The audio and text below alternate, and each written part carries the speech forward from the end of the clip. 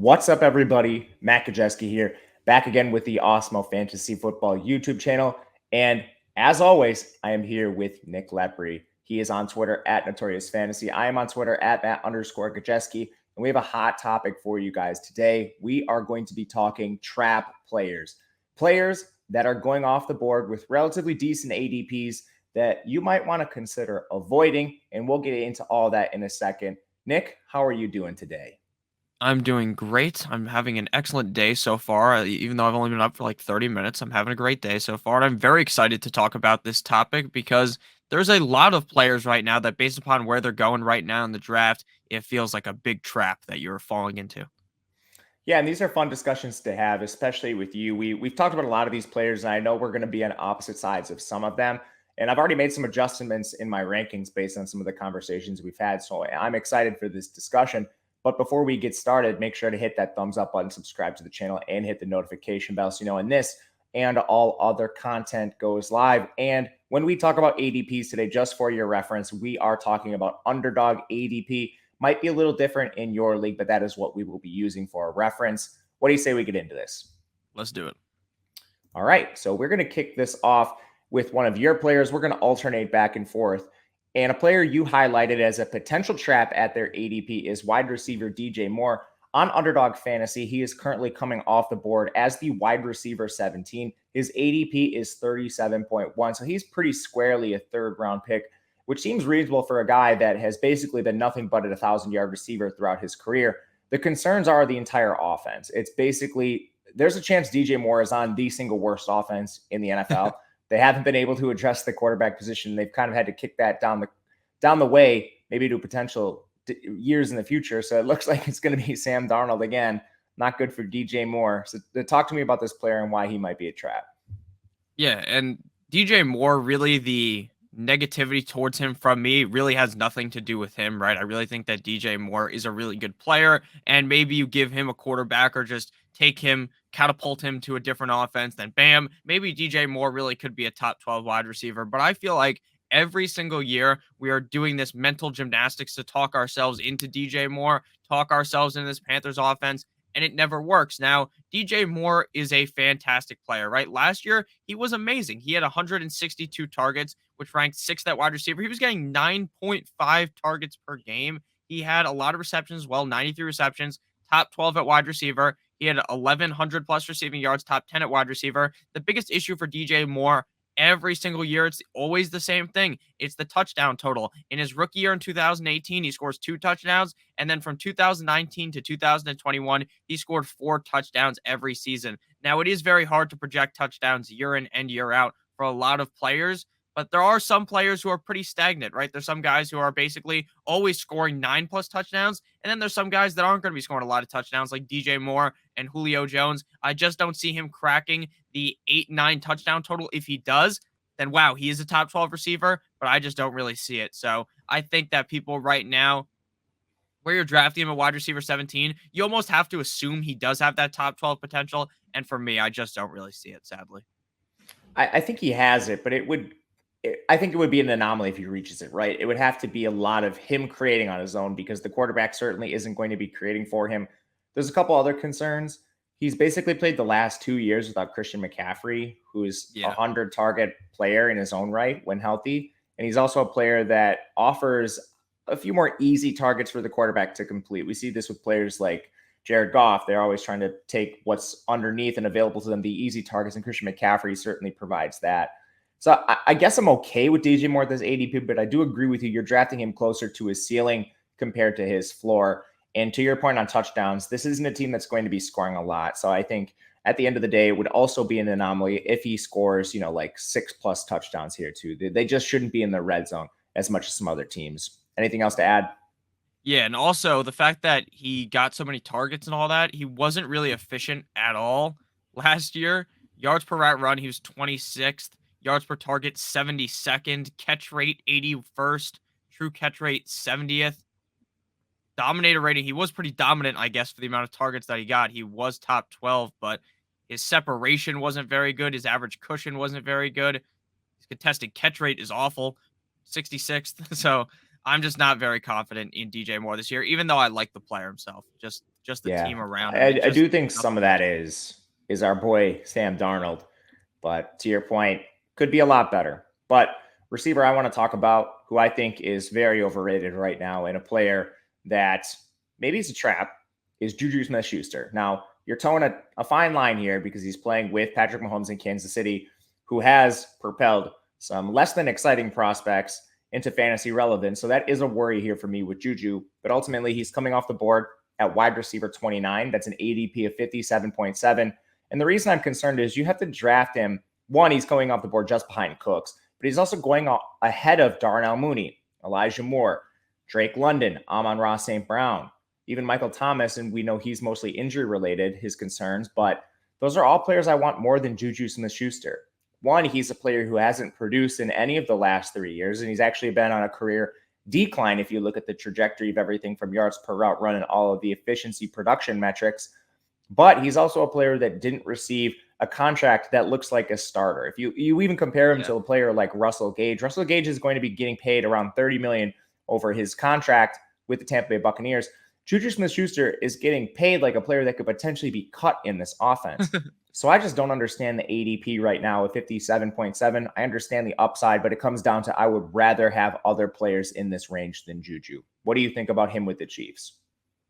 Yeah, I think that JuJu could easily be the number one receiver on this team in terms of targets, and he could easily also be number 3 or number 4. Travis Kelce is just going to be seeing a lot of targets on this team. I think Travis Kelce is going to be the most targeted player on this team at the end of the season. They have a couple other pieces as well. And like you said, to me, it's not really an argument against really JuJu. I think he could be the guy, but it's really about the players going around him that I'm super confident. We've talked about Darnell Mooney. I am very confident in Darnell Mooney. I like guys going even maybe a round or two later more than JuJu Smith-Schuster. So based upon where he's going right now, I just cannot feel confident paying the price for a guy that, again, I'm not even super comfortable saying he is the number one guy on his own team.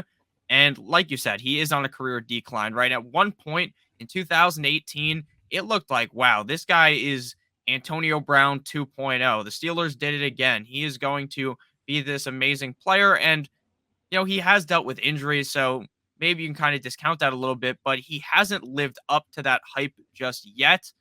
And now it's 2022. Like you said, he hasn't really been all that great since 2018. I'm just passing on JuJu Smith-Schuster. And if you want guys on the Chiefs, just wait until later and throw your dart throws with some of their other later players on the Chiefs, especially guys like that we both like CEH. That is how I am viewing it too. I think he is certainly a trap at this ADP when you can get players with similar projections much later. But let's go back to a player you wanted to talk about. This is a trap towards the top of drafts, and it's Javonte Williams, Denver Broncos running back. He is getting drafted way higher than we saw last year, and the situation hasn't changed all that much. Melvin Gordon is still there. The only difference we have here, well, one, Russell Wilson comes in, but you have a different coaching staff. So the hope with Javonte is maybe this coaching staff views him differently, and it's not the 50-50 timeshare we saw last year. That is still a projection. And when you're looking at his ADP, right now Javonte Williams is RB14, ADP of 27.3. So he's going in the second round of a lot of drafts. And he's coming off the board ahead of James Conner, Ezekiel Elliott, Travis Etienne, Cam Akers, Breece Hall, players with considerable projections right behind him. I understand the concerns, but talk to me a little bit about Javonte.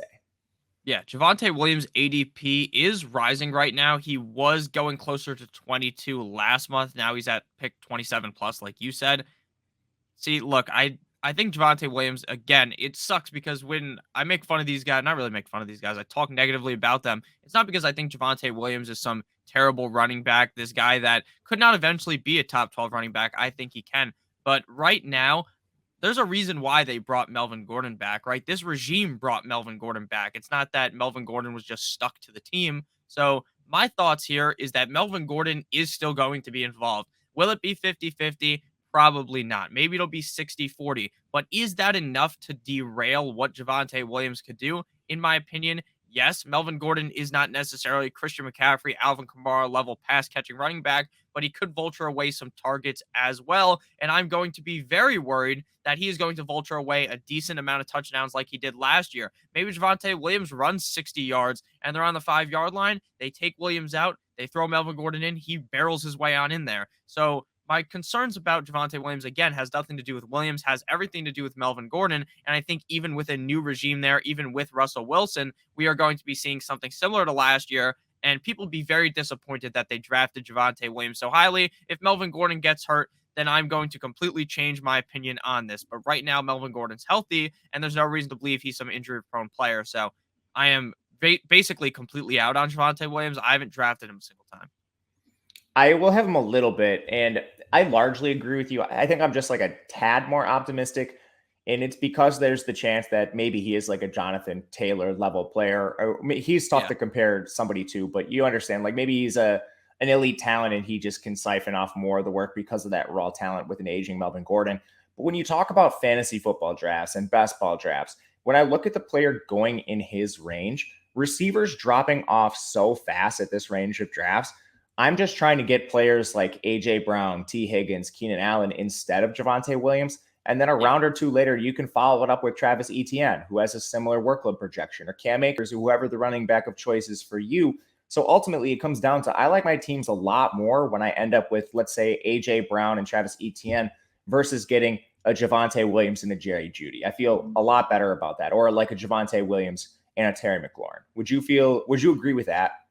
Oh, yeah, I 100% agree with that. I think there's a couple of running backs that are falling to the 4th, 5th round that probably should not be there. And then there's also a couple of running backs in the 3rd round range that probably should be going a little bit lower. Saquon Barkley is another one of those guys that we're not talking about in today's video, but I'm still not that sold on. I like Barkley too, but it's the same old adage, hate the ADP, not the player. But Exactly. speaking of these ADPs, and we're talking about Underdog a lot here, so it's time to talk about our primary sponsor of this video, Underdog Fantasy. They're the best place to play fantasy over the summer months. And they just unveiled Best Ball Mania 3, which is a tournament that has a $10 million prize pool. And it's extremely easy. All you have to do is draft your team. There's no waivers. There's no trades. There's no in-season management at all. Underdog is just going to give you your best score every single week of the year. And then at the end of the season, the team with the highest score wins. Last year's Best Ball Mania Championship team was drafted in June, so there's no time to wait. Better yet, Underdog, they're going to double your first deposit up to $100 when you use the promo code Awesemo. That's good for 4 entries into the Best Ball Mania 3. All you have to do is head to underdog.com, look in the App Store, or even just click the link in this video description and then sign up with the promo code Awesemo. Let's go to another player here. This is a player I want to talk about, and we'll stick with the running back position. It's A.J. Dillon. And similar to your argument with Javonte Williams, I don't hate A.J. Dillon as a player at all. In fact, I actually kind of like him. He's on a team that should be running the ball a little bit more. They're a team very much built for the run at this point, playing for Green Bay. But A.J. Dillon has an exorbitant ADP, in my opinion. 73.8, RB25. He's coming off the board ahead of Clyde Edwards-Helaire, Miles Sanders, Kenneth Walker, Tony Pollard, Cordell Patterson. Now, a lot of those names aren't the sexiest, but they are players that have a chance, some of them at least, to take a 3-down role and a pass-catching role. A.J. Dillon isn't going to have that. That's going to be Aaron Jones' role. So at best, you're looking at a player with a 2-down early grinder role. And then I've seen the argument that he could handle goal line touches, but that's not been his role in the NFL. If you look at red zone and goal line touches, especially last year, Aaron Jones was still heavily involved there. Red zone carries, Aaron Jones had 32, A.J. Dillon had 39. For red zone targets, Aaron Jones had 15, A.J. Dillon had 5. So even if you look at the scoring position for the Green Bay Packers, Aaron Jones is still ahead of A.J. Dillon. So to me, unless there's an injury to Aaron Jones, A.J. Dillon just simply isn't reaching the same ceiling as players like Clyde Edwards-Helaire and Miles Sanders. Do you agree with that? Yeah, I completely agree. I mean, A.J. Dillon is the backup. Clyde Edwards-Helaire is the starter. Miles Sanders is the starter, should be the number 1 guy, at least going into the season. I know that unless Aaron Jones gets hurt, A.J. Dillon is not going to be the starter. And with all those red zone touches that you're bringing up, maybe we see even less red zone touches this year because maybe that Davante Adams trade really does hurt the Packers. Now, I'm not here to tell you that's exactly what's going to happen, right? But I'm telling you that there's a chance that that happens, and maybe they're getting a little bit less red zone work, and that is going to immensely deflate the value that A.J. Dillon has. I am also with you heavily on Aaron Jones. Now I don't have him ranked as high as you do, but I do strongly believe that he could be a top 5 back in fantasy football. And I do believe that he's going to be seeing a lot of opportunity on this team, especially with Davante Adams gone. So I just don't understand the ADP of AJ Dillon. I didn't understand it last year. So I'm just back on in the same standpoint. I mean, he was not getting drafted this high last year, but he's probably in the exact same situation. And now he's getting drafted 20 picks higher. It just doesn't all add up, in my opinion. What is the difference between AJ Dillon and Gus Edwards? Like, Team, I guess. Team maybe, but I think both these teams have near double-digit win totals. So the Packers are at 11. I believe the Ravens are at 9.5. That's not like we're talking about the Detroit Lions level win total. So it's a good team, the Ravens. They're a run-heavy team, and they're going to use 2 backs, probably in a similar, like close to a 50-50 split or a 60-40 split, something in that range. That's exactly what AJ Dillon is in. Now, there might not be as many targets for running backs in the Ravens offense, but we're talking about a difference of nearly 100 picks in ADP with a back whose best case scenario is an injury, which is the same with Gus Edwards. I mean, they are standalone backs in the fact that he's out there for maybe 12 to 15 touches a game, but he still doesn't have that upside without an injury. And I think we can say the same thing about Edwards. So to me, it's just laughable that they're going that far apart. I think they should be far closer together.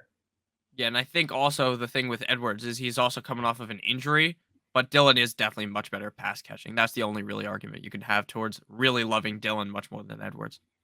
Yeah, he's a year removed now from the injury. I don't know. The ADP is ridiculous in my opinion. But this is not a Gus Edwards show. Let's go to the final player you want to talk about. We have a pair of tight ends here. We'll start with yours. It is TJ Hockenson, Detroit Lions tight end. He was a former first-round pick, and I don't think he's quite lived up to that at this point in his career, but he still is being drafted sort of like it. He's tight end 7 coming off the board right now, ADP of 84.4. That's just ahead of Dallas Goedert, Dawson Knox, Zach Ertz, Gronk, who is a little bit of a different circumstance, but it's still some pretty decent capital for Hockenson in fantasy football this year. So talk to me about this player and why he might be a trap. Yeah, so I'd basically bet my entire bank account that he's going to finish as a top 10 tight end in fantasy football. I just don't know that at tight end 7, he really has the upside to be a top 5 guy, right? When I'm drafting a guy inside the top 10 at the tight end position, my assumption is maybe I don't have them ranked inside the top 5, right? Because the top 5 is pretty solid for me, right? There are a clear top 5, but I think maybe this guy, say in my opinion, maybe Dallas Goedert could crack the top 5, right? Dallas Goedert is going to potentially be getting a lot more targets this year. Maybe they like to pass a little bit more, and boom, you can talk yourself into Goedert. You can talk yourself into Dalton Schultz, but can you talk yourself into a Detroit Lions tight end finishing inside the top 5, a guy that isn't notoriously scoring a lot of touchdowns? And now they have a little bit more weapons than they had last season, right? Last year, basically all year long until the end of the season, they're searching for that number 1 wide receiver. There's guys like Josh Reynolds out there, and they have no idea what's happening. Now they have, obviously, Amon-Ra St. Brown, who looks like he could be the clear number 1 of the team. They have DJ Chark. They draft a receiver in the first round. So now we are in a scenario where there's a lot more cooks in the kitchen, in my opinion, for TJ Hockenson. So I'm just not as confident anymore in him. I still think that he is a great player. I'm just not sold on him going as tight end number 7. I think he should be going slightly later. And just for that reason alone, I don't feel confident really with him at his ADP. Yeah, I think for me, it comes down to it's largely the same offense. You have Jared Goff still under center. He's not going to be the most efficient player in this offense. And now you're just bringing in such an influx of talent. Amon-Ra St. Brown really ascended down the stretch last year. Yeah. Jameson Williams will be healthy at some point. DJ Chark is a field stretcher. So where does Hockenson fit in? Last year, he had 84 targets in somewhat limited season for him. So that's probably around, if you look at just targets per game, he's probably going to be in the same range, but I think the efficiency is going to be a little bit reduced here. So we're in agreement here with Hockenson. And to me, it's another one of those situations where even if he is a top 10 tight end, if I can get Ertz or Knox later, those are just players I would rather have, or Gronk for that matter. Anything else to say? Yeah, exactly. That's kind of my point as well, is that you need to just wait in this scenario. You're almost in, there's no tight end dead zone, but there almost is, right? With a guy like Hockenson, who I am just not loving. I think he's a good player. I just don't see him finishing in the top 5. That's really it. And the last player I want to talk about is Dawson Knox at the tight end position. I want to lay this argument out carefully. Knox is a player in best ball I am still trying to stay at least on par with the field with because of his attachment to Josh Allen in the Bills, widely expected to be among the top 3, if not the best offense in football. But there are concerns limiting me, and that's why I don't want to get over the field in exposure. First of all, let's look at his ADP. Dawson Knox is coming off the board 102.6, tight end 9. That's ahead of Ertz and Gronk, and then some interesting flyers like Freiermuth, and you can go even later with guys like Gerald Everett attached to good teams. But ultimately, when this comes down to Knox in 2022, I think his ADP is still being driven largely off last year's production. Now, he's a player that wasn't very good. Yards per route run, he was at 1.2. That was 17th among qualified tight ends. He was really driven by the efficiency of the offense, which we expect to remain consistent. However, OJ Howard is now entering the offense. When you look at Dawson Knox in prior seasons, he was used pretty firmly in timeshares. It's just injury and some efficiency stats really forced them into Dawson Knox into a full-time role last year. So that raises at least enough of a question where if Dawson Knox is going to be in any sort of timeshare, he might not live up to his ADP because we do now have a lot of incoming talent coming into this offense. So to me, it's enough of a concern to at least not be overweight on the field. What do you make of Knox this year? I know you were pretty high on him initially. Yeah, I'm still pretty high on him because my belief is a little bit different. Basically, the only reason why I like him more than you do, my only assumption is that I think that OJ Howard is not going to be cutting in as much as you do. Obviously, the Bills have history of guys cutting in, if you know what I'm saying. Shout out to OJ Howard, not OJ Howard, OJ Simpson. I thought that was a funny joke, but I fucked it up. It would actually, the setup was really good, but the swing, it was a swing and a miss. But at the end of the day, I do think that Dawson Knox is going to be the clear number 1 guy there. If he isn't, then I'm going to look stupid, and you are going to be 100% correct, and you were correct for fading him. The reason why his numbers were so good last year were because of the touchdowns. He was very reliant on scoring touchdowns. He was top 2 in terms of touchdowns. 18.4% of the time the ball was thrown to Dawson Knox, he scores a touchdown. Can you expect that to happen year in and year out? Probably not. But the fact that he is just hooked onto, I just dropped my phone, one of the best offenses in the NFL, you just got to go ahead and, in my opinion, bite the bullet here and draft Dawson Knox. I do see top 5 potential with him as long as OJ Howard doesn't really carve into that playing time. Yeah, and I mean, to your point, OJ Howard's kind of on like a flyer deal.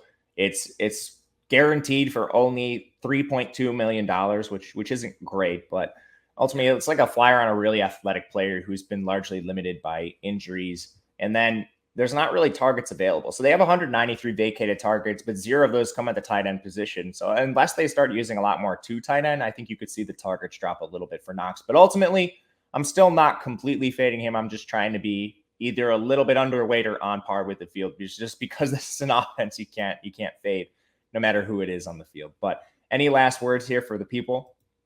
Yeah, real quick for Dawson Knox, if you look at his workout metrics, he is a pretty athletic player, and that is also kind of the reason why I like him, right? He ran a 4.64 40-yard dash, nothing crazy, right? But that's 85th percentile, 86th percentile speed score, 78th percentile catch radius. So he's a player that is pretty athletic at the end of the day, even though he looks like he's 12 years old in his picture on Player Profiler. That's not what he looks like at all anymore, I don't think. So, no, I agree with you. But ultimately, that'll do it for us today.